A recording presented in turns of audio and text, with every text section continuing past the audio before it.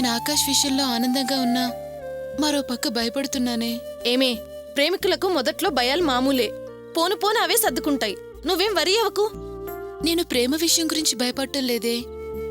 మా అన్నయ్య నా మీద ఎంతో నమ్మకం పెట్టుకున్నాడు. నేను బాగా చదువుకొని మంచి పొజిషన్కి రావాలన్నది అన్నయ్య కోరిక.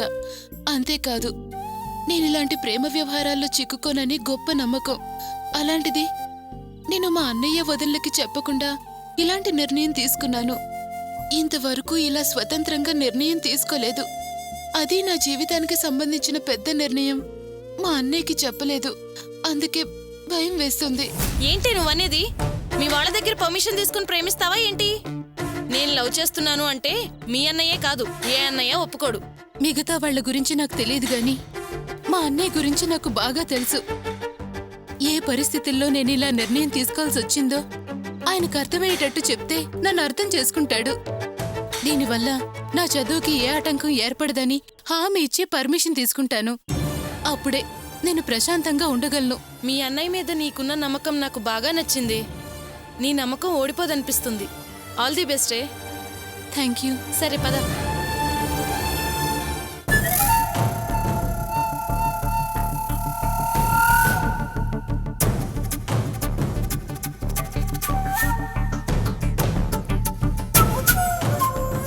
ఇది ఇంకా రాలేదేంటి?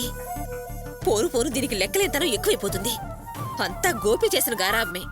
అరే, వయసులో ఉన్న ఆడపిల్ల ఇంత టైం అయినా ఇంటికి రాలేదంటే ఏంటి దాని అర్థం? ఇంతకుముందు ఆలస్యంగా వస్తే కాస్త ఫోన్ చేయవే, కంగారు పడకుండా ఉంటామన్నా. అదేం బుర్రకెక్కించుకోవట్లేదు. ఓ పక్క పొద్దుపోతుంది, మనిషి చూస్తే ఇంకా రాలేదు, కనీసం ఫోన్ అయినా చేయలేదు. మరీ ఇంత బాధ్యత లేకుండా ప్రవర్తిస్తుంది ఏంటిది? రాని రాని దాని సంగతి చెప్తాను.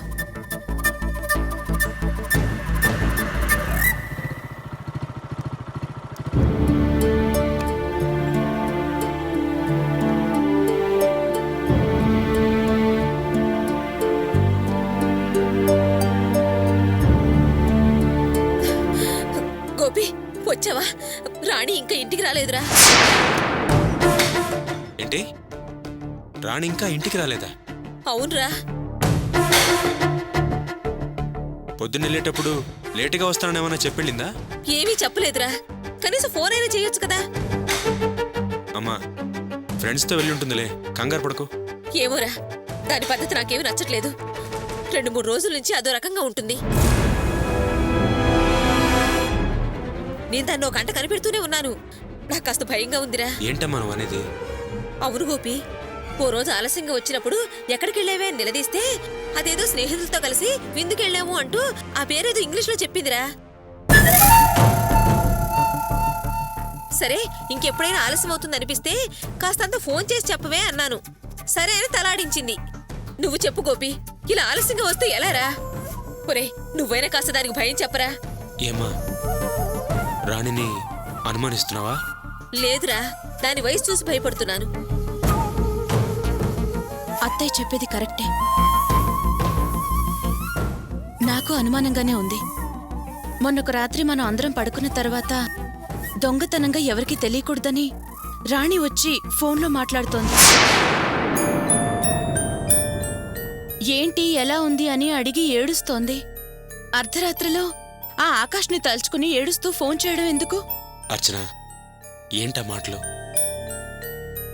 ఆ రోజు రాణి క్లియర్గా చెప్పింది కదా, మా ఇద్దరి మధ్య ఏం లేదు, మేమిద్దరం మంచి ఫ్రెండ్సే అని చెప్పింది కదా. మళ్ళీ అలా మాట్లాడతావేంటి? మరెందుకు రాత్రి దొంగతనంగా మాట్లాడాలి? ఉదయం పూట అందరి ముందు మాట్లాడొచ్చు కదా. చూడండి, నేనేదో కావాలని ఆడపడుచు మీద కోపంతో ఇలా లేనిపోనివి కల్పించి చెప్పడం లేదు. మన కుటుంబ గౌరవం తగ్గకూడదనే ఇలా చెప్తున్నాను.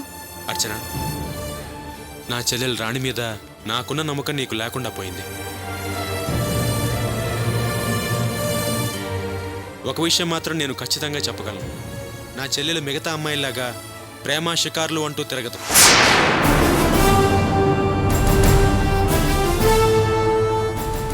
ఒకవేళ నా నమ్మకాన్ని అబద్ధం చేసి రాణి ఎవరినైనా ప్రేమిస్తున్నానని చెప్పిన మరుక్షణమే నేను ప్రాణాలతో మిగలను.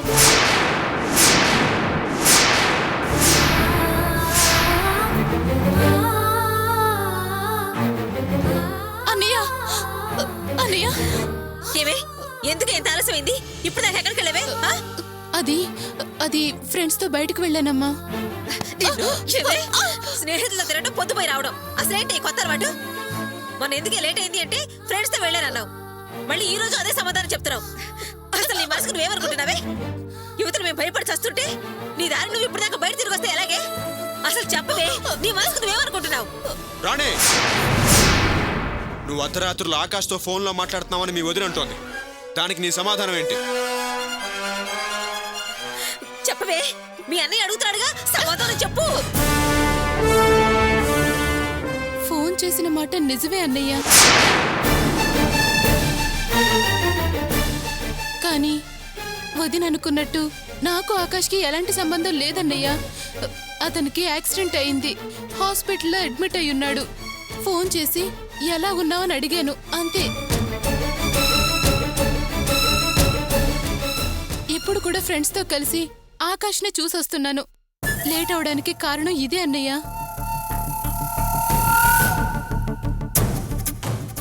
అంతేకాని మా మధ్య ఎటువంటి సంబంధం లేదు. వేరే వేరే అనుకోవాల్సిన పని లేదన్నయ్య. వింటున్నావుగా? అది నా చెల్లెలు, అదెప్పుడూ తప్పు చేయదు. కనీసం ఎక్కడి నుంచైనా దాని మీద నీకున్న అభిప్రాయాన్ని మార్చుకో.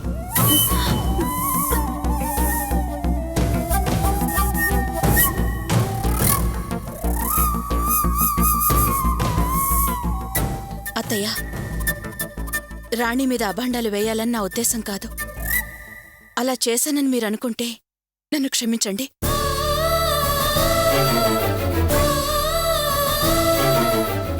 సర్లేవే, వెళ్ళి కాళ్ళు చేతులు కడుక్కుంటా, అన్నం తిందువు గాని.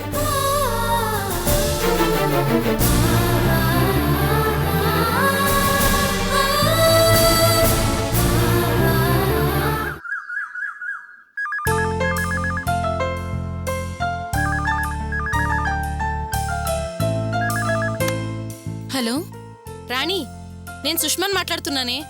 ఏంటి సుష్మా, ఏంటి సడన్ గా ఫోన్ చేసావు? ఏం లేదే, నువ్వు నీ లవ్ మ్యాటర్ మీ అన్నయ్యతో చెప్పి పర్మిషన్ తెచ్చుకుంటా అన్నావు కదా, దాని గురించి అడుగుదానే ఫోన్ చేశాను. ఏంటి, మీ అన్నయ్యతో విషయం చెప్పావా? ఏమన్నాడు? ఇంకా చెప్పలేదే. చెప్పలేదా? ఏంటి, మా అన్నయ్య అలా ఇలా చాలా నమ్మకం అని చెప్పావు. అలాంటప్పుడు చెప్పడమే మంచిది కదా. నువ్వు చెప్పకుండా దాస్తే ఈ విషయం వేరే వాళ్ళ ద్వారా తెలిస్తే చాలా బాధపడతారే. నేను అలా ఆలోచించి మా అన్నయ్యతో లవ్ మ్యాటర్ చెప్దామని డిసైడ్ అయ్యి వచ్చానే. నేను ఇంటికి వచ్చేసరికి వాళ్ళు సరిగ్గా నా గురించి ఇలాంటి మ్యాటర్ మాట్లాడుకుంటున్నారు. అప్పుడే మా అన్నయ్య, రాణి అలా ఎప్పటికీ చేయదు, ఎవరిని ప్రేమించదు, అది నిజంగా ఎవరినన్నా ప్రేమించింది అని తెలిసిన మరుక్షణం నేను ప్రాణాలతో ఉండను అంటున్నాడే.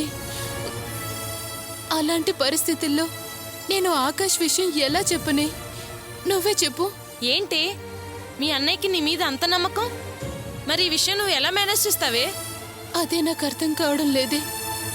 ఇటు ప్రేమించడం లేదంటే ప్రాణాల మీదకు తెచ్చుకున్నాడు ఆకాష్. అటు ఎవరినన్నా ప్రేమించానని తెలిస్తే ప్రాణాలు తీసుకుంటానంటున్నాడు అన్నయ్య. ఇలాంటి సమస్యలో నేను చిక్కుకున్నానే.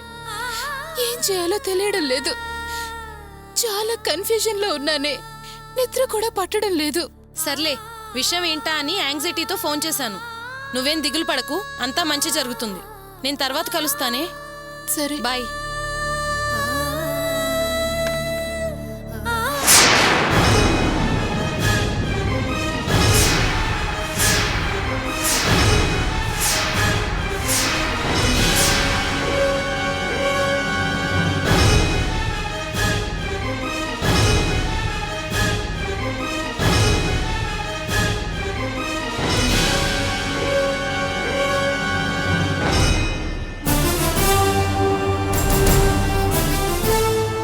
రాణి, నువ్వు ఫోన్లో మాట్లాడింది నేనేం వినలేదు. ఒకవేళ వినబడినా నేను ఈ విషయం ఇంట్లో ఎవరికీ చెప్పను. అలా చెప్తే కూడా ఈ ఇంట్లో ఎవరూ నమ్మరు. మీ అన్నయ్య అయితే అస్సలు నమ్మడు. ఎందుకంటే ఆయనకి నీ మీద అంత గొప్ప నమ్మకం. ఆ నమ్మకం సడలించాలే అంటే ఎవరి వల్ల కాదు. మీ అన్నయ్య నీ మీద పెట్టుకున్న నమ్మకం, ప్రేమ ఎటువంటిదో నాకన్నా ఎక్కువ నీకే తెలుసు. నువ్వు మీ అన్నయ్యకి చేస్తున్న నమ్మక ద్రోహానికి నేనెప్పుడు అడ్డురాను. నా గురించి నువ్వేం భయపడకు. వదినా, నన్ను క్షమించు వదినా. అన్నయ్య నా మీద పెట్టుకున్న నమ్మకానికి ఏనాడు నేను ద్రోహం చేయలేను. ఇంకా నేను నీ దగ్గర నిజం దాచాలని చూడటం మూర్ఖత్వమే అవుతుంది. అందుకే జరిగింది నేను నీకు చెప్పేస్తాను వదినా. వదినా, ఆకాష్తో నేను ఫ్రెండ్లీగానే ఉన్నాను, కానీ అతను నన్ను ప్రేమించడం మొదలు పెట్టాడు. నాకు ఆ ఉద్దేశమే లేదు. అసలు అతన్ని నేను గమనించలేదు. ఒకరోజు బయట పెడితే నో అన్నాను. అతనేమో విషం తాగాడు. అతను అలా విషం తాగడానికి కారణం నేనేనని ఫ్రెండ్స్ అంతా నన్నే తింటారు వదినా. అతని పరిస్థితి ఎలా ఉందోనని తెలుసుకోవడానికి ఆ రాత్రి నేను ఫోన్ చేశాను. ఎలా ఉందోనని చూడటానికి తెల్లవారి హాస్పిటల్కి వెళ్ళాను. ఆ రోజు వాళ్ళమ్మ నా చేతులు పట్టుకొని ఎలాగైనా నా కొడుకు ప్రాణాలు కాపాడమని వేడుకుంది. ఆ పరిస్థితుల్లో అతని ప్రాణాలు కాపాడడానికి వేరే దారి లేక నేను అతనితో నిన్ను ప్రేమిస్తున్నానని చెప్పాల్సి వచ్చింది వదినా. ఈ విషయాలన్నీ అన్నయ్యతో చెప్తాను వచ్చాను, కానీ సరిగ్గా ఆ సమయంలోనే అది ఎవరినన్నా ప్రేమించినట్టు తెలిస్తే నేను ప్రాణాలతో ఉండనంటూ విన్నాను. అలాంటప్పుడు అన్నయ్యతో ఈ విషయం ఎలా చెప్పగలను చెప్పు. అంతేకాని అన్నయ్యకి ద్రోహం చెయ్యాలనుకునే దాన్ని కాదు వదినా. అలా ఎప్పటికీ చేయనొదినా. నన్ను నమ్మొదినా, నమ్ము.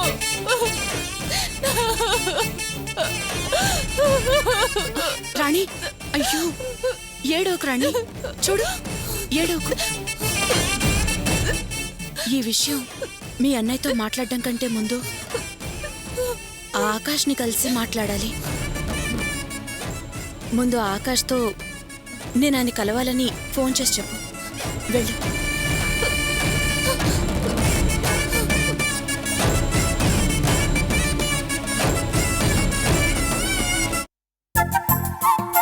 వరలక్ష్మి, వరలక్ష్మి, మంచినీళ్ళు పట్టరా. వస్తున్నారండి. ఇదిగోండి.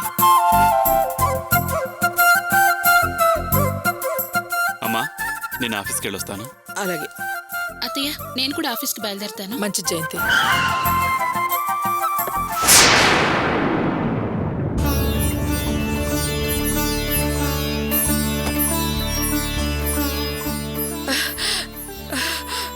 అమ్మ కావ్య, కావ్య, అల్లుడు గారు వచ్చారు, త్వరగా బయటికి రామ్మా.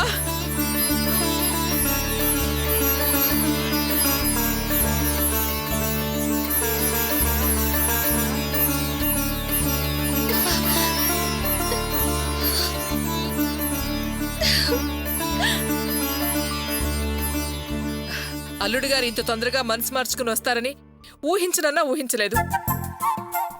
ఏంటండి ఇంకా చూస్తూలా నిల్చున్నారు? ఆయన వాకిట్లో నిలబడ్డాడు. వెళ్ళి త్వరగా లోపల రమ్మనండి. అల్లుడు గారు అక్కడే నిలబడిపోయారే, లోపలికి రండి. రండి బాబు. రండి బాబు గారు, లోపలికి రండి. మల్స్ రండి. ఎనఫ్.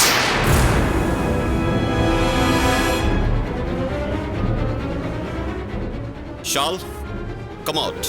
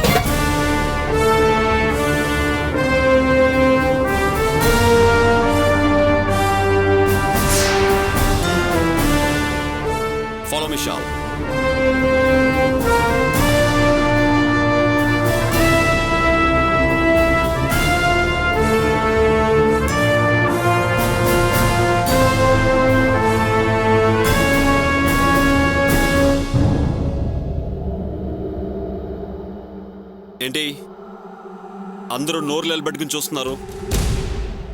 ఓ, ఈమె ఎవరన్నా? ఈమె పేరు శాలిని. నేను ముద్దుగా షాల్ అని పిలుస్తున్నా.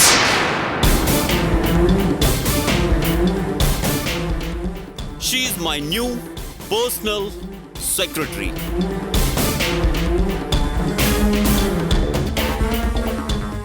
అంటే నాకు సంబంధించిన అన్ని పర్సనల్ వర్క్స్ తనే దగ్గరుండి చూసుకుంటుంది. షాల్, గివ్ ద పేపర్స్. కావ్య, దీని మీద నో అబ్జెక్షన్ అని సైన్ చేసేవి.